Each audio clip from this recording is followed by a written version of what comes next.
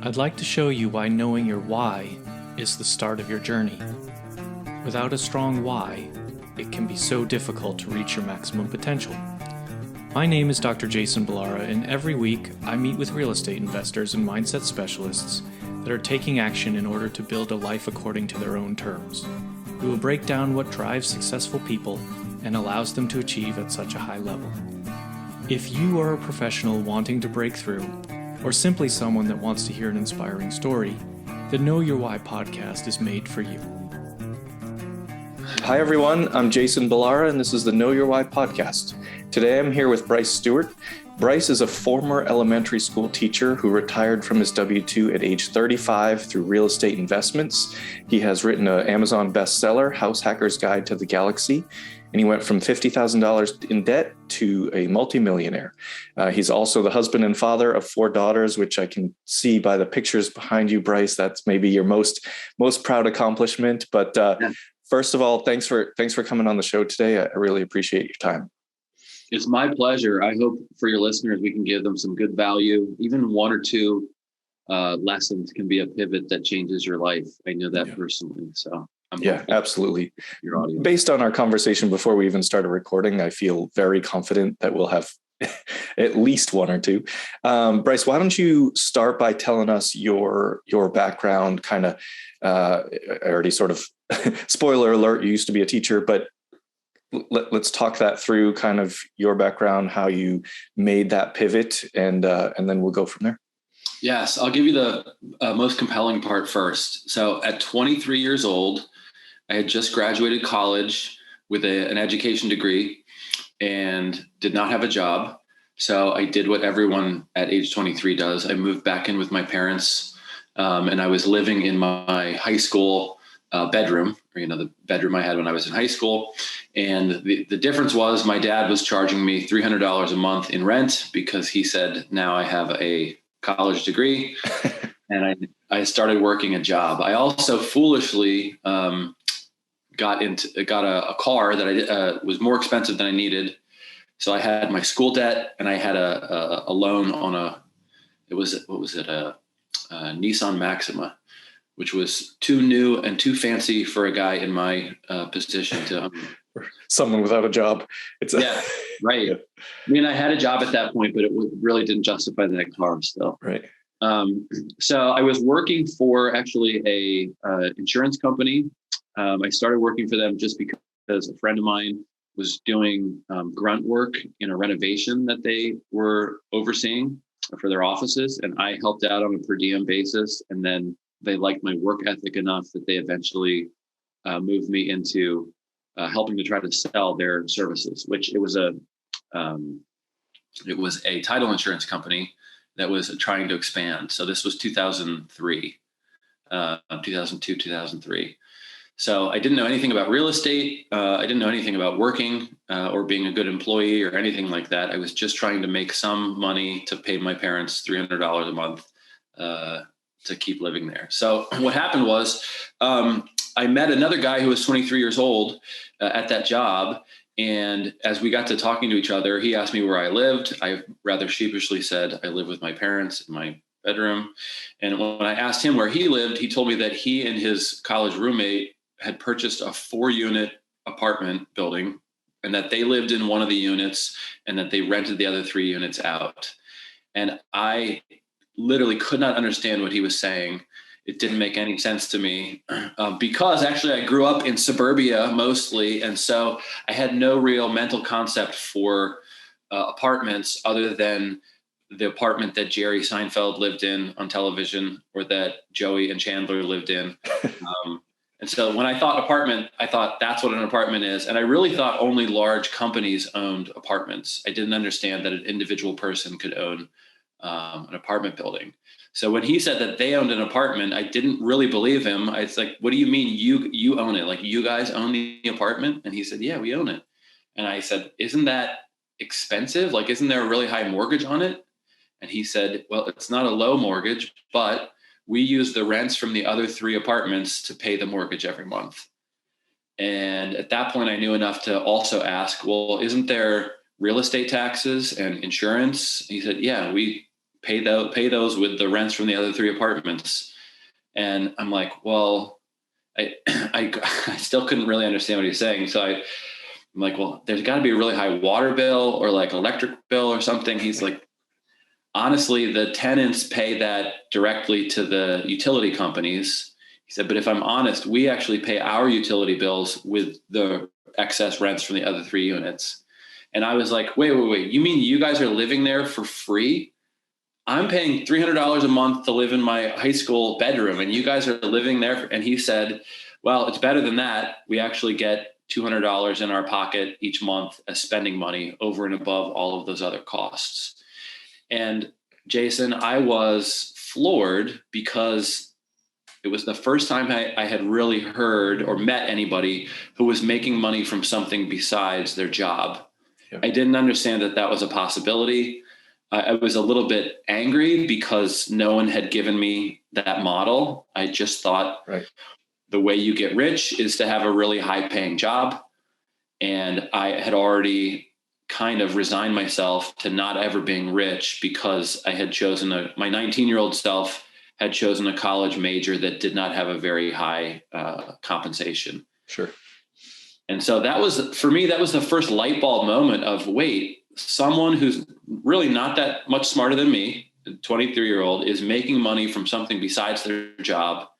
And I want to know how to do that because I don't want to pay my parents $300 a month to live in my high school bedroom forever. Right. That's not an enticing rest of your life. Yeah.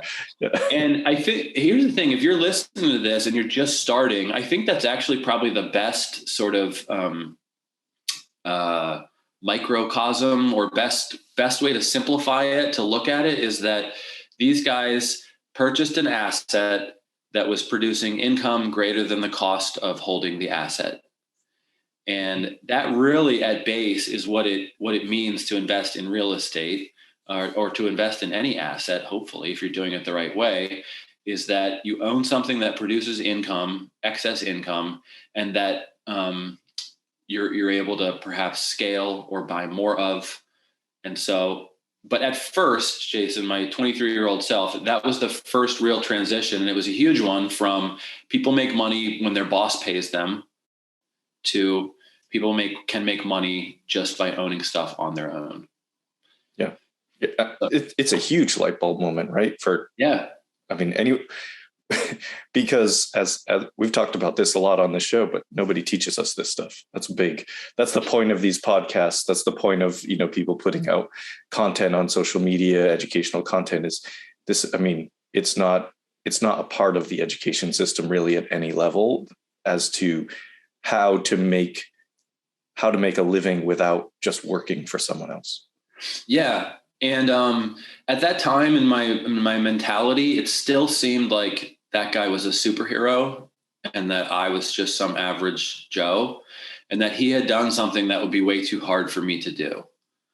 Mm-hmm. That's what it seemed like to me. The very real reason was I understood enough at that point to know that you needed a down payment to buy something. And I could not generate or save up enough cash to go and make a down payment on something like a quadruplex or a 4-unit.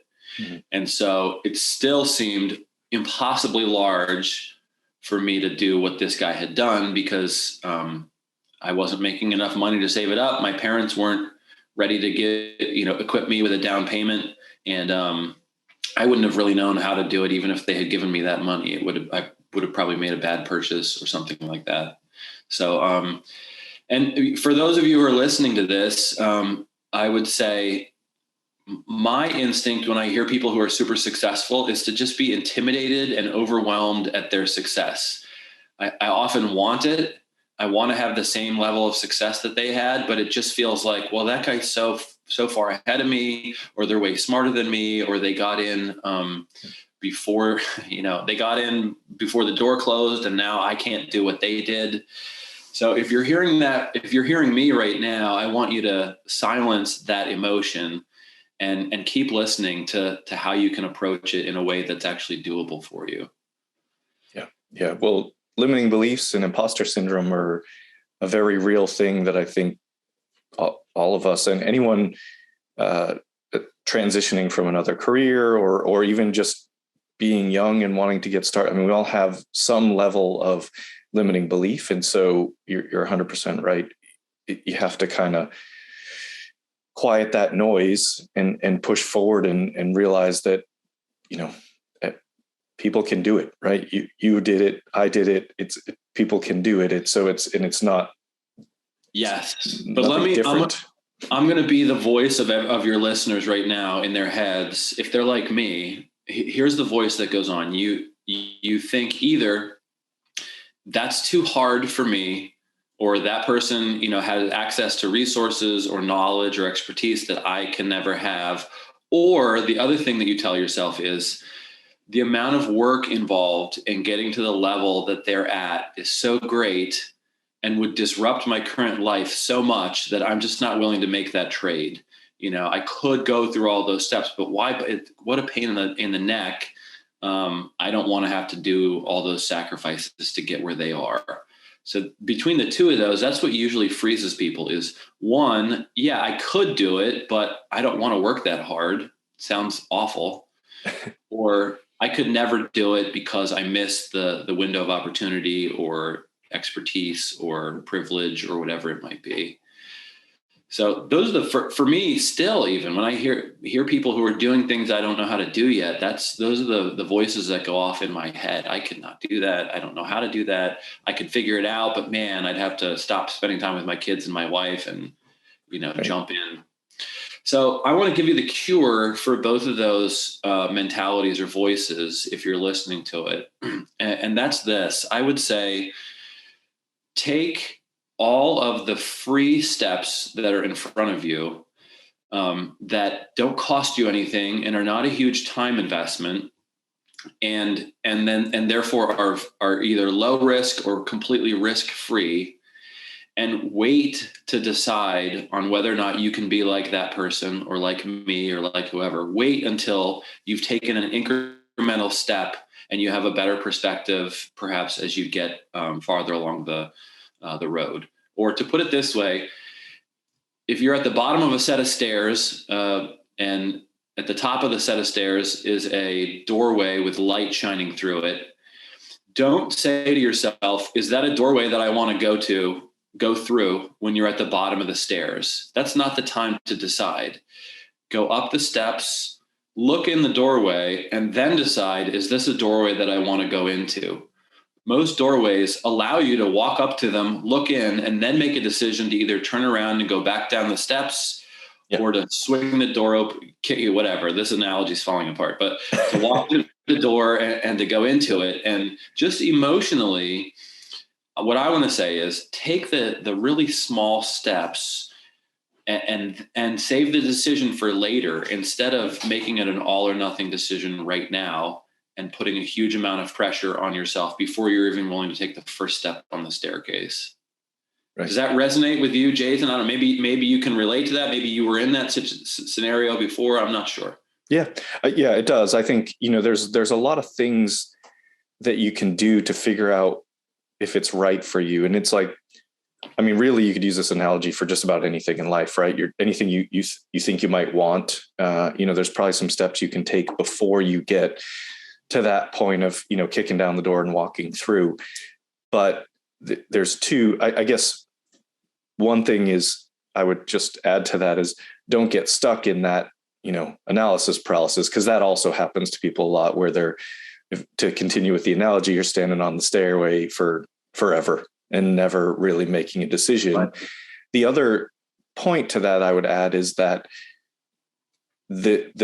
as you're, going up that staircase, the goal should be to figure out, if we're strictly speaking real estate right now, there's so many different niches. Start figuring out which one works for you for the capacity that you have, right? So if you look at those, those counter arguments to taking action that you made, look at, okay, what I should be figuring out is what fits into those limitations that I believe I have. And I say it specifically that I believe I have because we all think we don't have enough time. We all think, that it can't be added, but it's it's not going to be easy, but normal life isn't easy. So if you want to figure out, if you want to do something hard, you might as well do the hard thing that's really, really going to get you ahead. And maybe the hard thing is passively investing. Maybe the hard thing is doing, short-term rentals. Maybe the hard thing is house hacking because you don't feel like having a roommate. Whatever it is, right? There's those steps that you can take. So I like the analogy, and I think my only thing is I don't want people to get stuck on the stairway. That's my yeah. Well, that's why. But the realize that a lot of the steps are completely free. Mm-hmm. They are risk free, and that you're preserving the opportunity to walk away. So, and that will destroy this huge emotional wall of real estate's risky, or my uncle lost his shirt in real estate, and so I have to decide right now: am I 100% into this or not? And I'm saying, that's not, you don't need to put all that emotional weight on the first step. Just take it. It's free and go see. Let me give you an example. I had a 19-year-old who approached me a few years back and wanted me to mentor him in real estate. And I agreed because he was marrying my wife's and my babysitter for our daughters. And so I had a vested interest in his success because we loved our babysitter. And he came to me, and he opted not to go to college. So he was working a job that did not pay him highly, and he was rubbing pennies together. And he just felt like, he kind of understood what I described to you already, that, there are ways to make money in real estate aside from your job. And, but he didn't have enough money for a down payment. And he came to me wanting to know, can I and should I invest in real estate? And so I told him, yes, absolutely. And I made him start doing things that were completely free, but that I knew he would need to have experience in to be successful as a real estate investor. So the first thing was I printed out an agreement of sale. I live in Pennsylvania. So I found the Pennsylvania Association of Realtors agreement of sale, just a blank PDF online. I printed out all 19 pages, and I told him, take this with you, read it 5 times, and on the 5th time through, circle or highlight the parts of it that you still don't understand. And then when you come back to me, I'll go through those parts with you and we'll talk about what they are. And I said, if you don't do that, don't even bother coming back here. You're not serious. You're not committed. And I don't want to talk to you anymore. So to his credit, he went and he did that. He read through the whole thing. He came back and had a lot of it underlined. And I went through with him and explained to him, here's what a mortgage contingency is. Here's what a, due diligence period is. Here's what an appraisal contingency is. Here's FHA allowances. Here's, and so if you're going to transact in real estate, you have to understand that stuff. So I understood it was a necessary step for him to be well-versed in what you're doing when you're offering on real estate. He was looking for a deal to get into, first of all, and he didn't know that he couldn't skip that step. And he didn't know that he needs to not rely on other people to understand the contract. He actually has to understand it. Right. So that's a great example of, it was a very free step for him. It cost us all of the ink and 19 pages of paper for him to go and get well-versed in that. And it didn't cost him anything. I made him start making offers after that on properties that were for sale in our market. And he was terrified because he did not have a down payment ready. And financially, it actually wouldn't have worked initially for him to have that offer accepted. But I told him, you're making low offers. The worst thing that could happen is that you get your offer accepted. And now we have to figure out how we close on an under market under list contract. How do we close this great deal is a good problem to have. Yeah. It took me a real long time to get him to understand that. In the meantime, he was going to doing showings with an agent that I knew personally and was willing to take him around. And he was learning things like that there's a difference between a boiler and a furnace. A furnace pushes air, a boiler circulates water. Both of them are sources of heat in Pennsylvania for houses. He didn't know that. That's important to know when you're buying a place. Some places only have electric. There's an inverter outside. And that's how you get heat and air conditioning. I think people not from the Northeast don't know that. I think that's like also being from the Northeast, like that's a very common thing. But I find that people in other parts of the country have no idea what I'm talking about when I use those words. Yeah. And people south of maybe Pennsylvania don't even need a carbon monoxide detector because nothing's being combusted inside of the, Yeah. So here's the thing. He made like 10 offers, maybe 9, and he was so frustrated that they all just got rejected. And so after all, I went on maybe 1 or 2 with him, and I told him, I'm not going on these with you anymore. Walk it yourself, figure it out. He came back so frustrated, and I was like, do not be frustrated. You are getting, as a 19-year-old, you're getting real estate 101, 102, 201, 202, and you're getting it completely free. This is an education for you that's going to be so valuable long-term. And by the way, none of your peers are doing this. They're all looking for a red Solo cup, on the weekends at whatever college that they're going to. And so this is valuable. It's important. And this is worth hundreds of thousands of dollars, what you're doing right now. And he didn't really believe me, but it is. You need to know that stuff to go through it. And for him, it just cost him, gas to drive around, the goodwill of the agent showing him around. And I told him, if I told you your 20th offer was going to be accepted, what would you do? He said, well, I guess I would try to make 19 offers very quickly. And I'm like, exactly. I'm like, I don't know if it's going to be 20th, but it's some number. And so, and you're not going to get it unless you make all these offers. So the other thing, and for your audience here, this is why I'm pointing it out, is he kept trying to think before he was even willing to go on to do a showing. He kept trying to decide in his head, is it a viable option for me to be a real estate investor as in my potential future? And I kept saying to him that you don't need to answer that question before you go to this showing. You're putting too much weight on it. Just decide you're going to go to this showing. And the time for him to decide, am I going to be a real estate investor, is after he's made an offer and then received maybe a counter offer from a seller. And now he has to decide, am I going to sign the counter offer or am I going to walk away? That's actually the time when you have to decide, am I going to be a real estate investor? When you have sitting on your desk or in your inbox or whatever, a counter offer from a seller, and you're obliged to execute the contract if you sign the counter offer. Prior to that, you shouldn't try to decide whether you're going to be a real estate investor. So people who are real estate investors now understand that that's the time when you make the decision. People who aren't think that they have to make some massive life decision before they even start looking at stuff. And it's just not true. Don't, cut the watermelon up before you try to eat it. Don't try to swallow the watermelon whole.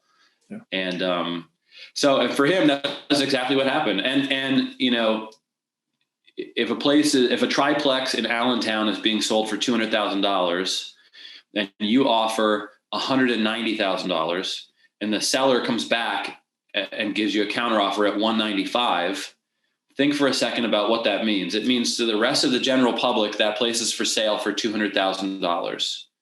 For you, it's for sale at $195,000, and you have sort of an exclusive option that you can exercise to go ahead and follow through with the purchase. Yeah, I view offers as essentially options contracts on purchasing real estate. If you can get it exclusively under contract, there's plenty of ways to get out of a contract to purchase after inspections, after appraisal, whatever financing falls through. What you cannot do is go and get a contract out of somebody else's hands after they've put a place under contract. So it's an important option. And I think about it like an options contract. Once you get it, you can either go through with it, you've preserved that right, or you can, look through the door with the light and decide this isn't for me and walk away relatively unscathed. Yeah. 100% true. And I get, there's going to be those fears. There's going to be that, what if one of these gets accepted? And I think everybody goes through that, right? Because yes, then you do have to make the decision. Like, is this really something I want to do? But it's a good decision. It's a good position to be in, to have to make that decision. And so until you've, as you said, like until you've signed that contract, it's not, you're just learning. It's just an education process. Right. And I'll point this out too. None of the steps are bench press 300 pounds. Okay. And none of the steps are reverse dunk a basketball. Right. Although I used to be able to do both of those things, I can't anymore because I'm too old. And for some people, that was just never in the cards. Right. Right. So I want to encourage everyone out there that each step is actually, and this is true, each step is actually as easy as driving to a showing, or, it's not physically hard to sign a contract. Right. And each of the sort of subsections of a contract are not like, they don't require a law degree. It's a small thing that you're understanding and doing, and it's not really that hard. Each step is just easy to do, most of them you could do even as a paraplegic. So I'm sorry to say it like that, but that's just the steps themselves aren't hard. They're just, you have to accumulate them, and then they become something powerful when you've gone through each of them. Right. Right. Yeah, it's exactly true. So back to my story. Yeah, I was going to say after I heard from that guy, here was the first small step I took. I cornered that poor guy in the lunchroom, and I asked him, "How did you even know how to do that? Like, nobody explained that to me. How did you figure it out?" And he told me that he would bring me a book the next day. And he did. It was Rich Dad, Poor Dad by Robert Kiyosaki. And he gave it to me the next day at lunch, and I devoured the book in like a day and a half and read it. It felt like I was breathing pure oxygen. It was amazing to me because there was no one I knew who had ever explained the stuff in that book. And if you've never read the book, it's not an overly granular guide to executing the purchase of real estate. It's more of a 30,000 foot view of this is how rich people think. And it's even apparently mostly sort of apocryphal. Upon closer inspection, Robert Kiyosaki admits that he made up a lot of the attributes of his rich dad versus his poor dad. But so it's more of a parable to explain mindset and possibility. But it was one that I needed. And so that book was the first, seed in my head of, okay, this is something normal people can do, and I'm at least normal. So maybe this will be in my future. So fast forward a couple of years, I ended up getting a teaching job. I got married in 2006, and my wife and I bought a luxury one-bedroom condominium as our first home. We bought at the height of that market, 2006. And in 2 years, we were pregnant with my first daughter, and the world was crashing around us in 2008.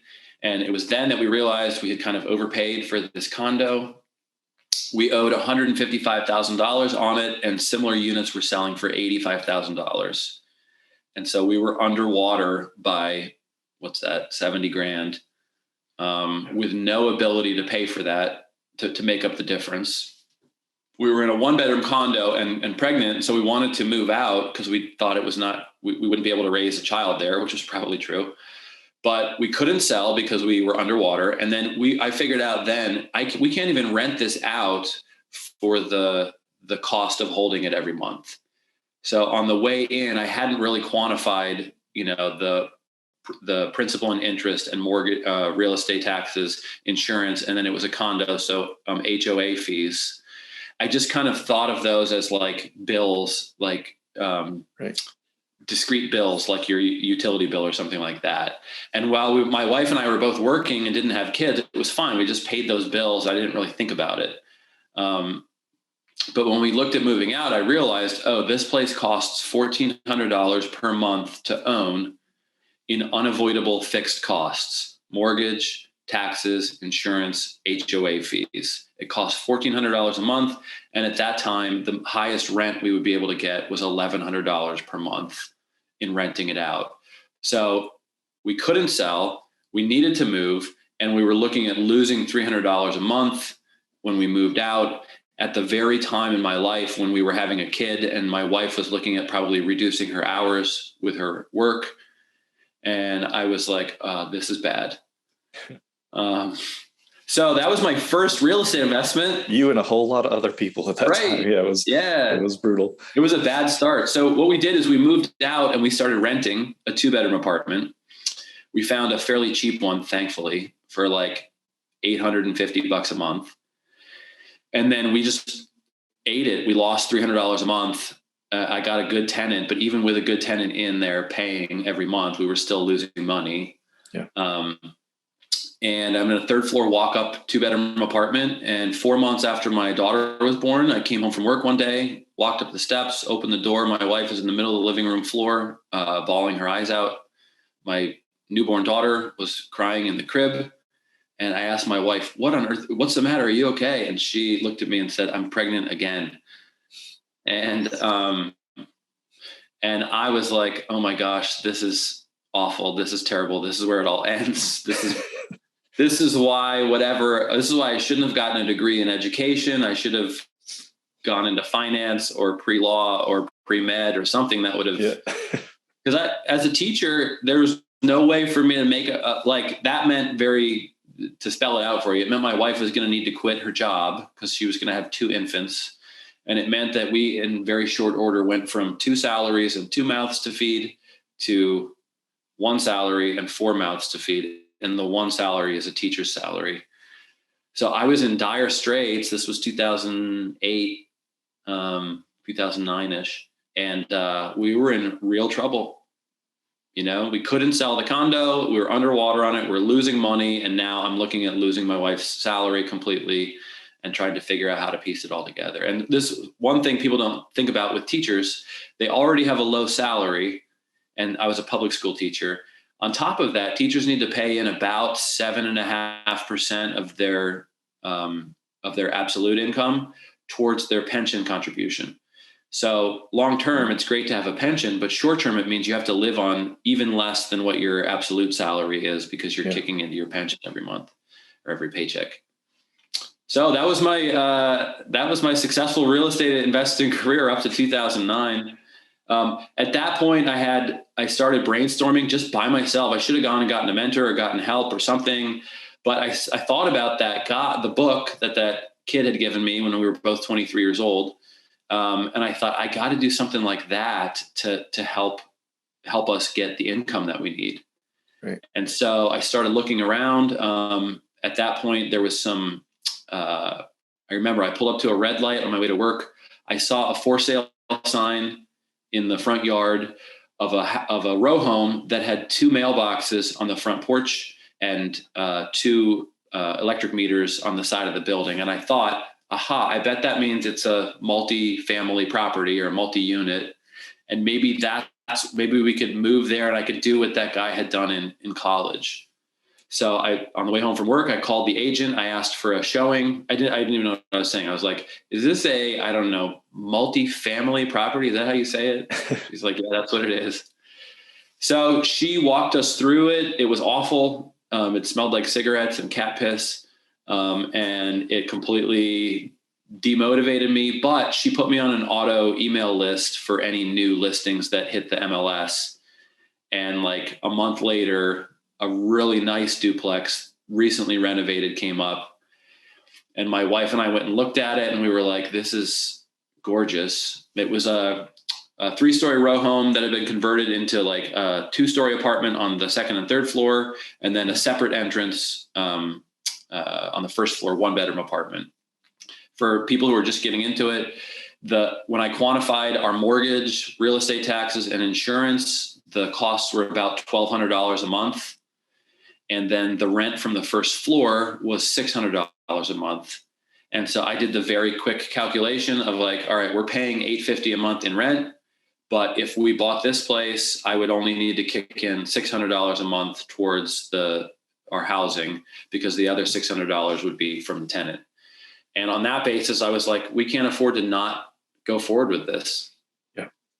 So that was our first place. And that, again, sounds simple, stupid. If you're a real estate investor listening to this, you're like, yeah. Okay. All right, I get how that works already.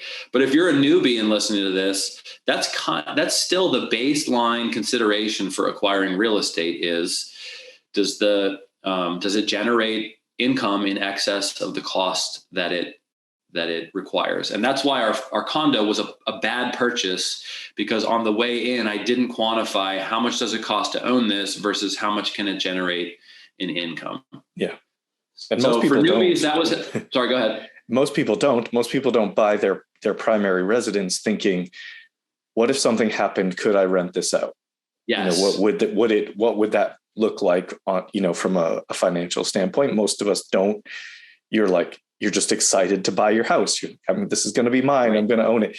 But it's a good exercise to do and say, okay, well, what if I had to move for whatever reason, job, health, something?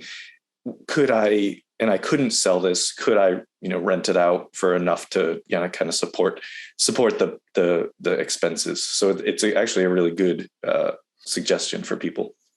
Yeah, absolutely. And I think what we did, so we bought a multifamily property as owner occupants. I still think that is hands down the best investment that the average person can make in their lives. Here's why. We bought it with an FHA loan. Okay. If you don't know what FHA is, it's a 3.5% down payment loan. And you still get really good financing terms through the FHA. On a 30-year amortized loan with residential interest rates, which typically are lower than commercial interest rates for borrowing. And what you're doing is you're using a very small amount of money, 3.5%, to acquire an asset that's a multi-$100,000 asset, and long-term will functionally be an investment grade asset. You can't really do that in any other way. With any other investment vehicle. And so for us, it was the only investment we could make with a teacher's salary that was going to build us wealth long-term. And what that meant is it was, I think, $175,000, but it meant that my 3.5% down payment entitled me to all of the appreciative gains of a multi-$100,000 asset. So within a year, the property value had gone up more than what my initial investment was. So I essentially had 100% return on investment within a year, plus all of the cash flows that we were getting from the first floor apartment, which helped at that time to defray our cost of living.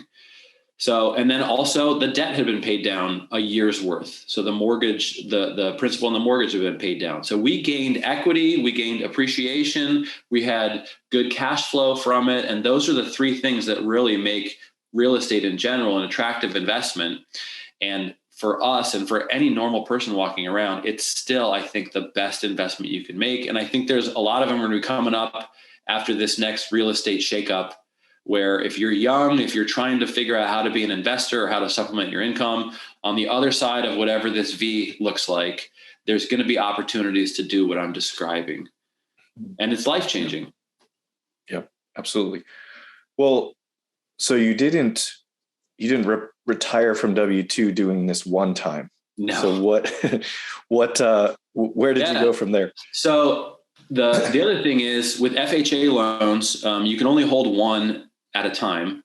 And so we moved into that place.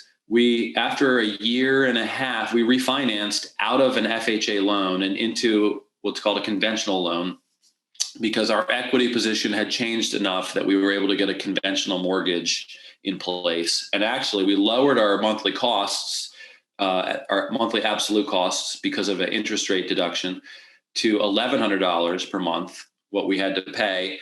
And we re-rented the first floor apartment after a year and a half at, I think, $800. So what that meant is for us, we lived in a very gorgeous apartment, the second two floors, but it now was costing us $300 a month to live there. Yeah. And that's when I was like, oh my gosh, this is an insanely good way for my wife to not, for me not to worry about my wife not bringing in money anymore. Right. And then I realized we could do this again. there's no obligation to revise your owner occupant financing in an asset like this when you move out.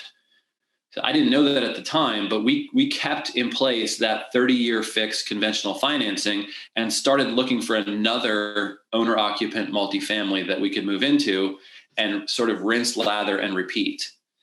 So I told you that we were living there for $300 a month. We found tenants to rent our apartment for $1,300 a month. So their first $300 of rent payment paid the remaining monthly cost. And then we were making $1,000 a month after we moved out from the, net profits of that duplex. And I used that we moved into a triplex after that. And that $1,000 from the first duplex actually was paying our mortgage payment in the triplex that we lived in. And now we were living there in essence for free. And then we got the rents from the other 2 units in the triplex that were just all cash flow and gravy for us. And so within 3 years, we owned 5 units, and the cash flows being delivered by those 5 units was about $3,000 per month. And so when we moved out of the triplex and bought a normal house, finally, we had enough kids that we needed to do that.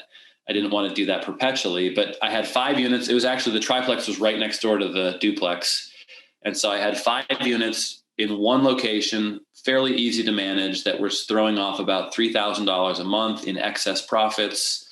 And it meant that even though I was occupationally a teacher, that's attorney level compensation when you, and so in very short order, because we were willing to live in our first 2 investments, it meant that we were able to have a great deal of income moving into our first home. And that was my, those were the first few lessons of my real estate career. One was, don't buy the condo that's not going to cash flow. Right. And then 2, for people who don't have a lot of money, the owner occupant house hack, it's now called, is how to do that. So I detailed a lot of this in my book called House Hacker's Guide to the Galaxy. That term means essentially using your primary residence to generate income. And I kind of give every step that we took to get there, to get through that, and to give ourselves, again, what was functionally investment grade assets that were giving us real income in our lives right then. Mm-hmm. So not long-term retirement income or long-term retirement savings. We needed something that would cash flow right now and help us to live our lives right now. That's the other beauty of real estate, is that unlike a 401k or something like that, where it's it's 40 years from now and who knows what your life is going to look like when you ever can see the profits from it, investing in real estate allows you to begin to improve your quality of life now. You can spend some of that money and have more fun now.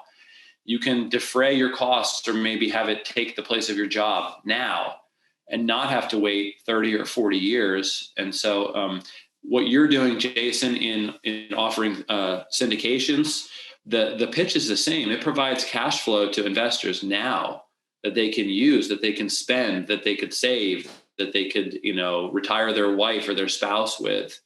That's the beauty of real estate, is that you don't have to wait for 40 years to enjoy the benefits of that investment.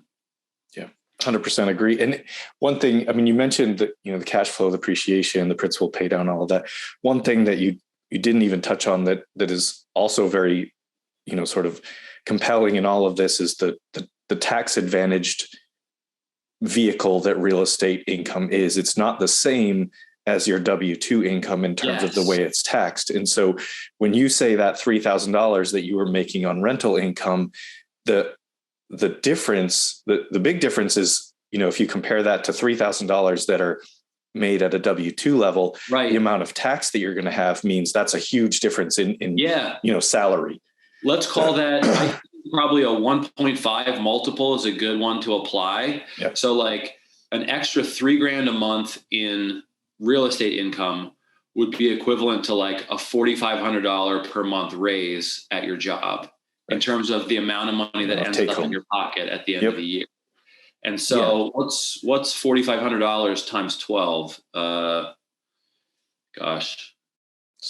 50,000. over $50,000, it would be like getting a $50,000 raise at your job, which at the time was more than I was even making as my salary. Yeah.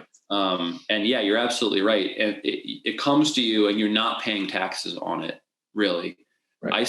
For the last 12 years that I've been real estate investing, my federal taxable income has been so low, it's just laughable. I barely pay anything in income taxes. Now, real estate investors do pay property taxes. Right. Yeah.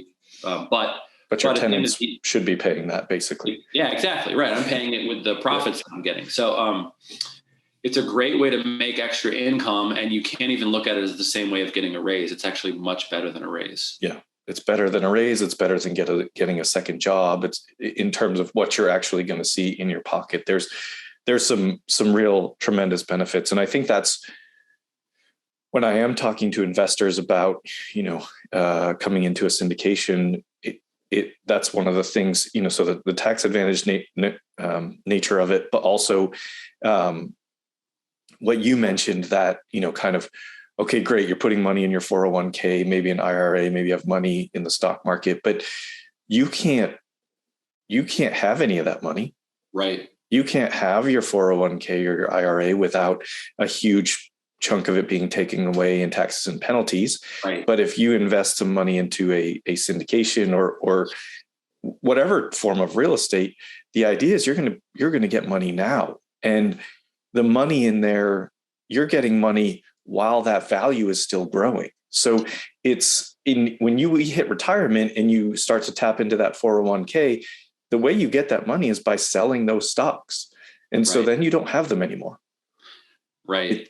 So if you've built up a portfolio in real estate at the time you're going to retire, not only have you been receiving cash flow along the way, now you have an asset that's actually increasing in value and you still are getting your cash flow. And so it's an entirely different and frankly, just better strategy. But we don't learn that. Again, we'll go back to that concept. Nobody teaches us that. Yeah, it's a timely strategy, right? You will probably need that money now. And not only that, but it's also, there's a very real concept called the opportunity cost of money. Yep. So if I offered you, $50,000 today or $50,000 10 years from now, it would be far more intelligent for you to take it today because you could turn it into something far greater than $50,000 over the next decade. Right. And with inflation always being a factor, it means money is going to be worth less over time, no matter what. Mm-hmm. So there's you want money now. That's the way to prioritize it. And real estate does deliver that. Just to, maybe you can comment on this as a percentage, when you're delivering, let's say a preferred return to an investor who's investing in a real estate that you have, how much of that increases their taxable income and how much of it is just a complete, let's say, zero cost additional income in terms of taxation? Basically, it's all tax-free because those investors are going to participate in the depreciation the same as the general partners or the sponsors of those syndication deals. So your cash flow, that preferred return expenses or that preferred return income is it's all got, you're going to have enough in tax benefit from depreciation that you won't pay tax on that money. Right. I don't know the level of sophistication of your audience and whether it's worth explaining that to them or if it's already old hat for people. Real estate investors speak about depreciation and immediately we all understand what we're talking about. Right. Yeah. People who are new to the game, they might not understand it or how it works. But it's essentially a paper loss that you're taking, which offsets a very real cash flow income, again, on paper. So that, for instance, for me right now, my cash flows from my portfolio is about $20,000 per month. Mm-hmm. So let's call that a real, after-tax income of about $240,000 per year. That's a great living, especially where I live. When it comes time to report my taxes, the IRS forces me to take depreciative deductions on my income, so that when I'm turning in my tax returns, my adjusted gross income is extremely low. I won't give you the exact number, but it means that my family of 6 looks like we're poverty level as far as the IRS is concerned. And by the way, Mike, that bugged my conscience for a while, because I was like, look, I'm a multimillionaire. I'm making this much cash flow. I want to be honest. I want to sleep well at night, and I want to report my total income. And I don't want to cut any corners or make any ethical, shortcuts. And my CPA was like, okay, look, you either take these deductions or you'll be penalized as if you had taken the deductions by the IRS over the long term. You must take these deductions, and you have to take them right now. And I was like, well, if I have to take them, I guess I have to take them. Oh, well. Yeah. And so here's the other reason that that's important. If you're listening to this and you're an investor, let's say you're a doctor or a dentist or an attorney, and let's say you have a spouse, and let's say you're done raising kids and you just sent the last one off to college, or they're in high school now and they're fairly independent, and so your spouse is considering re-entering the workforce.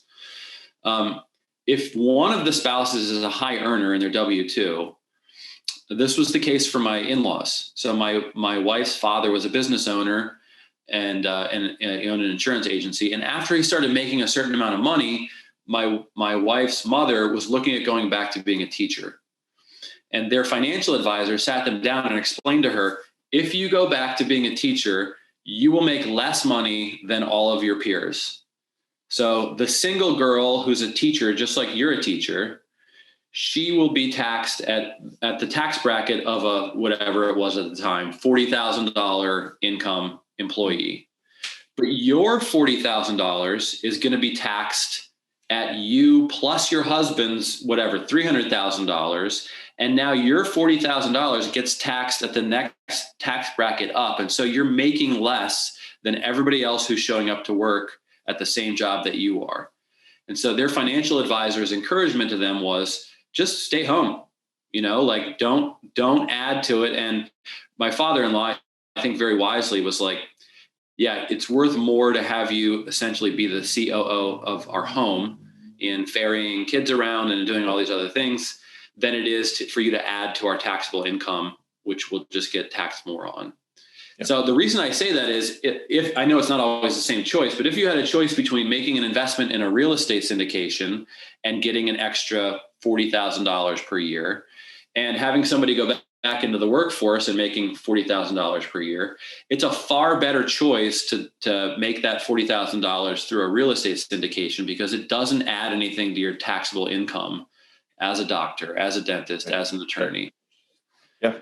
And in the interest of time, we won't get entirely into this, but if you go back into work as something that qualifies you as a real estate professional, now the second spouse goes, now you can start using those depreciation losses against the W-2 income. So we have talked about real estate professional status on the show before. It's something that I'm extremely interested in my own household, but yeah, there are some really, really compelling strategies as far as being able to decrease your tax burden. So a great point though, at some point it doesn't always make sense to go get another job or go back to work or whatever. Now, if you're doing that to put all that money into investments, okay, maybe so that with the long-term in goal in place, like you say, okay, I'm going to go back, I'm going to make an extra, whatever it is, $40,000 a year,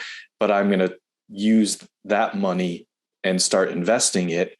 So in 5 years from now I don't work anymore. And it's just, you have to look at all the angles is kind of what I'm getting at. And consult your attorney and your accountant and blah, blah, blah, blah. We're not fiduciaries for you, et cetera. Right. Et cetera. all of the disclaimers. Yes. Yeah. So that's why I love real estate. And you get the difference between what I was doing, Jason, and what you're doing with folks is that I was doing it all by myself. And I actually was on the hook for cleaning out the gutters in the duplex every fall. and mowing the lawn. And yet, when you get to a certain level, you can be a fractional investor in a large real estate asset, still achieve all of the benefits that you would have, that we had thematically, the appreciation of a large asset, the pay down of the debt over time to grow your equity position, a preferred income stream that's non-taxable and adds to your monthly income. And it's just a fractional way to do it because you're pooling resources to buy assets that would be too large for any individual investor to buy. And so large multifamily syndications provide all the benefits I described fractionally without, a lot of times at the same time, it insulates you from the liability of owning both the legal liability if anything goes wrong, and then just also the pain in the butt liability of ongoing, calls, whatever. Yeah. So that's why I love it. It's a great investment on that basis. Yeah. And it's, I mean, that kind of goes back to your stairway analogy in that you have to find out what's best for you. Right. And it may be, maybe you have a job that you don't want to leave. You like what you do, you're making good money. And so you're, kind of on the passive side. Maybe it's about where you live, right? I live in Los Angeles. Like finding a cash flowing duplex or triplex here is next to impossible. It's just the costs are so high. So sometimes, but if you're in, Ohio's the place that pops into my mind, but there are other markets where you could probably still do that to this day. So it's kind of, there's a lot of factors that go in. And so you go and you do those free educational things and those free activities that can help you figure out what is your best use and best avenue to be a real estate investor. I believe it can work for anyone in some capacity, right? Anyone can be involved in real estate in some capacity that can be beneficial to them. Yeah. And let me point out, if you're in California and Jason, maybe you're a homeowner in California. That means the value of your home is going to be pretty high. And if you're able to set up something like a home equity line of credit, which typically comes to homeowners at a pretty low interest rate, you can play an arbitrage game where instead of investing in California with that money, where you pointed out, Jason, it'd be next to impossible to achieve a good return. And you don't know a single soul in Ohio, but you can invest in somebody who is already investing in Ohio, has found a cash flowing asset, maybe a 100-unit apartment complex. And you don't have to know anybody there, but if you trust the operator and you feel like they're going into it well, then you can use California money to invest in Ohio cash flow. Yep. and never leave the state and never have to worry about it and be and retain all the benefits of cash flowing real estate without even having to leave sunny California to do so. Still get to have all the beautiful weather of Southern California. Yeah. Bryce, let's switch gears so I don't keep you all day on a Saturday, but I want to get to the part where we get to ask you kind of the questions that I ask each guest. Sure. First one is related to the name of the show being Know Your Why. So what is your why? What kind of drives you at this point, towards success? Yeah, well, initially, because as I related, my first why was desperation. Right. Just making sure that we were going to survive a growing family. I needed for my own, the first rent check that I got after we bought that duplex, where it felt like it was profit, coming on top of it. That did a huge thing for me. It was the first time really that I had made money outside of my job. And for me, that felt like there was a huge brick wall in front of me. And for the first time ever, it felt like there was light shining through that brick wall, through a crack in the brick wall, and the beam of light landed on my face. And I thought, oh my goodness, I could get through this brick wall. Before I had just built it up as that's impossible. The high income train left the station when my 19-year-old self picked elementary education as my major. I had looked at that as being etched in granite as my economic destiny for the rest of my life. And when I got that first rent check, I realized, wait, maybe I can succeed at this. So there was some proof of concept. And so my next why became, how do I retire my wife so that she can raise our kids? We didn't want to put them in. I have 4 daughters now, by the way. We had them in 5 years. So I didn't want to have my kids in daycare. It seemed like financially we'd be spinning our wheels. So the first why was have my wife raise my kids. And then after we did that, I was like, well, wait a minute. If I displaced my wife's income with our real estate earnings, it would only take a couple more purchases for me to replace my own income. And then I don't have to go and work 50 hours a week as a teacher, raising other people's kids, which is exhausting. And so my second why was to retire myself. And my why at this point is I'm getting ready to probably hire a soup to nuts property manager. My portfolio has been pretty easy for me because it's all relatively close together. And I haven't had a W-2 since 2015. So I have self-managed. And I'm finally at the point where the cash flows are high enough that I could hire a property manager to be the one on the other end of the phone every time that there's an issue. And it gives me 100% time freedom for my wife and my girls to travel, to take vacations, to do what we want to do instead of me needing to be part of the machinery. So my first why was retiring from my job. My next why is going to be 100% time freedom, which is great for leisure, but it's also great for scalability. Yep. So that's my next pursuit. And yeah, it's to spend time with my girls. My oldest is 13. No matter how much money I make, I will not get the next 5 years back. Right. So I want to make them count. And I want to be there for my girls. I want to coach their lacrosse teams. I want to go to all of their swim meets. I want to watch them in their plays. There's not any amount of money you could pay me that I would want to miss that stuff. Yeah. So I'm glad I have the freedom to do that now and the flexibility. And, it's been great. So that's my why, or that's the driving force. Yeah. I can relate. My kids are younger, but yeah, that is it. I don't want to miss a thing. That's the whole point behind it is that time freedom. Second question for you, Bryce, is tell us something about yourself that maybe isn't common knowledge, a special skill, a hobby, anything you're comfortable sharing. Gosh, I have to think about that.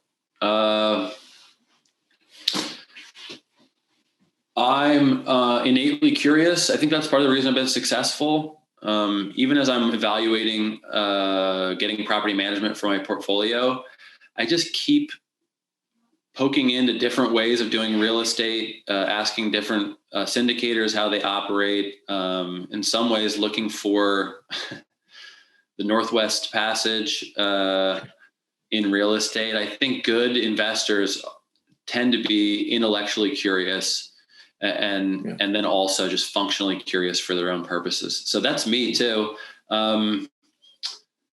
Another thing about me is I applied to seminary right before my wife and I were married. I got accepted, but because of my debt scenario, I didn't go. And I've always had it in the back of my mind that if I got to the point where I had complete time freedom, that would be maybe something I'd look into is how do I leverage temporal income, right, for potentially eternal investment to be about the business of things that are going to be enduring far beyond my lifetime. So that's how I quantify my life. And I'm getting to the point where I can begin to execute on that as well.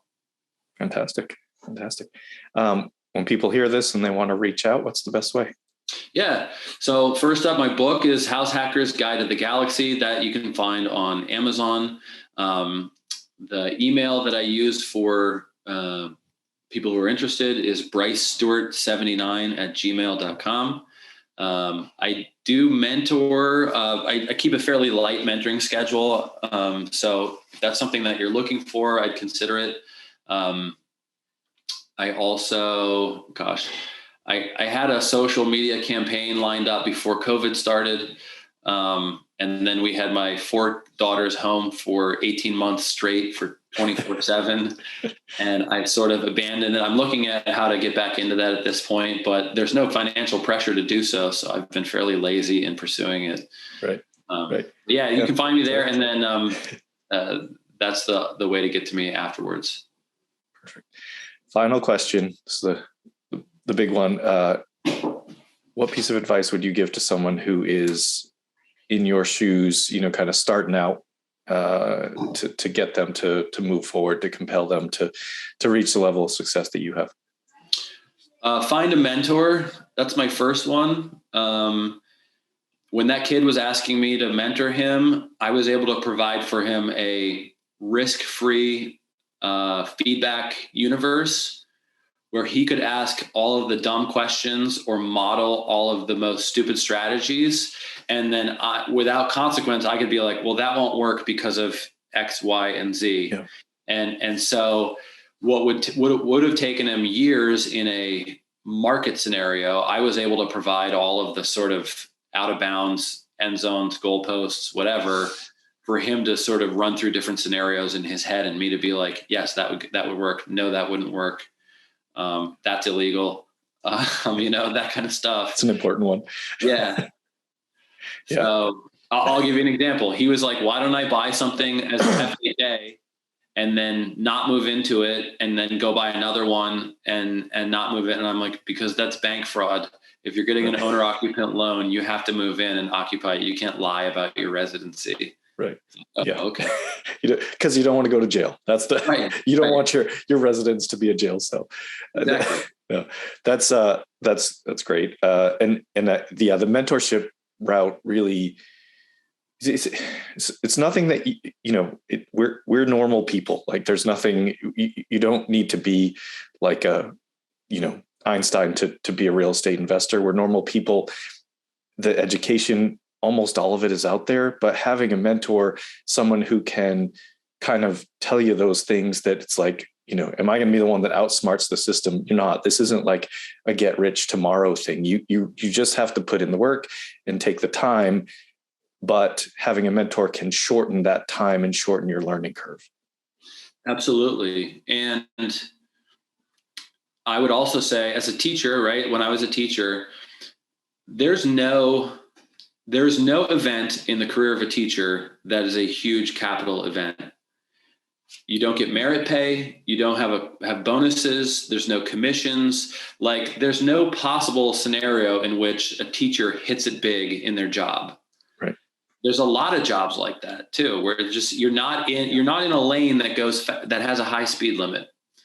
So it's worth conversations with people who know how to drive a Maserati, 200 miles an hour. And you owe it to yourself to at least look at opportunities in lanes where the speed limit is super high.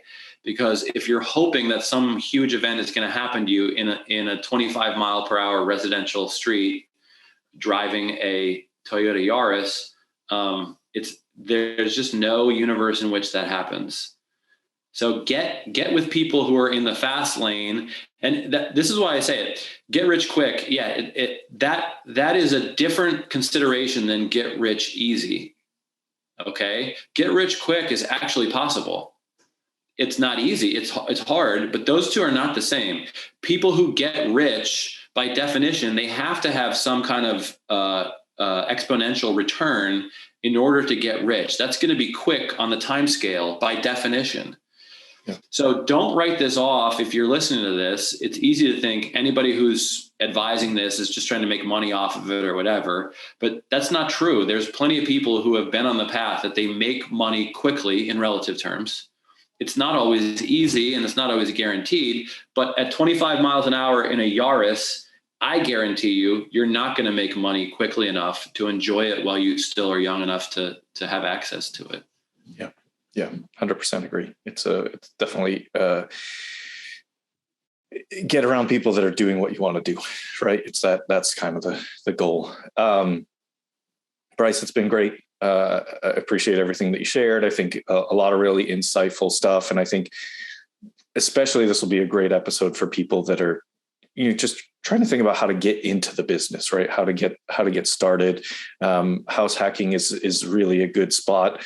They can pick up your book. It's funny because I think, I assume you'll agree, when you were doing it, when you started out doing it, I started out doing it. It wasn't called house hacking then. It didn't have a fun name. It was just survival and needing to needing to be able to afford the bills. That's really what it came down to. But luckily, people more eloquent than me were able to put that into educational form. So thank you for writing the book. Thank you for being here today and sharing your story. I appreciate it. My pleasure. All right. With that, we will go ahead and sign out. I'd like to show you why knowing your why is the start of your journey. Without a strong why, it can be so difficult to reach your maximum potential. My name is Dr. Jason Balara, and every week I meet with real estate investors and mindset specialists that are taking action in order to build a life according to their own terms. We will break down what drives successful people and allows them to achieve at such a high level. If you are a professional wanting to break through, or simply someone that wants to hear an inspiring story, the Know Your Why podcast is made for you.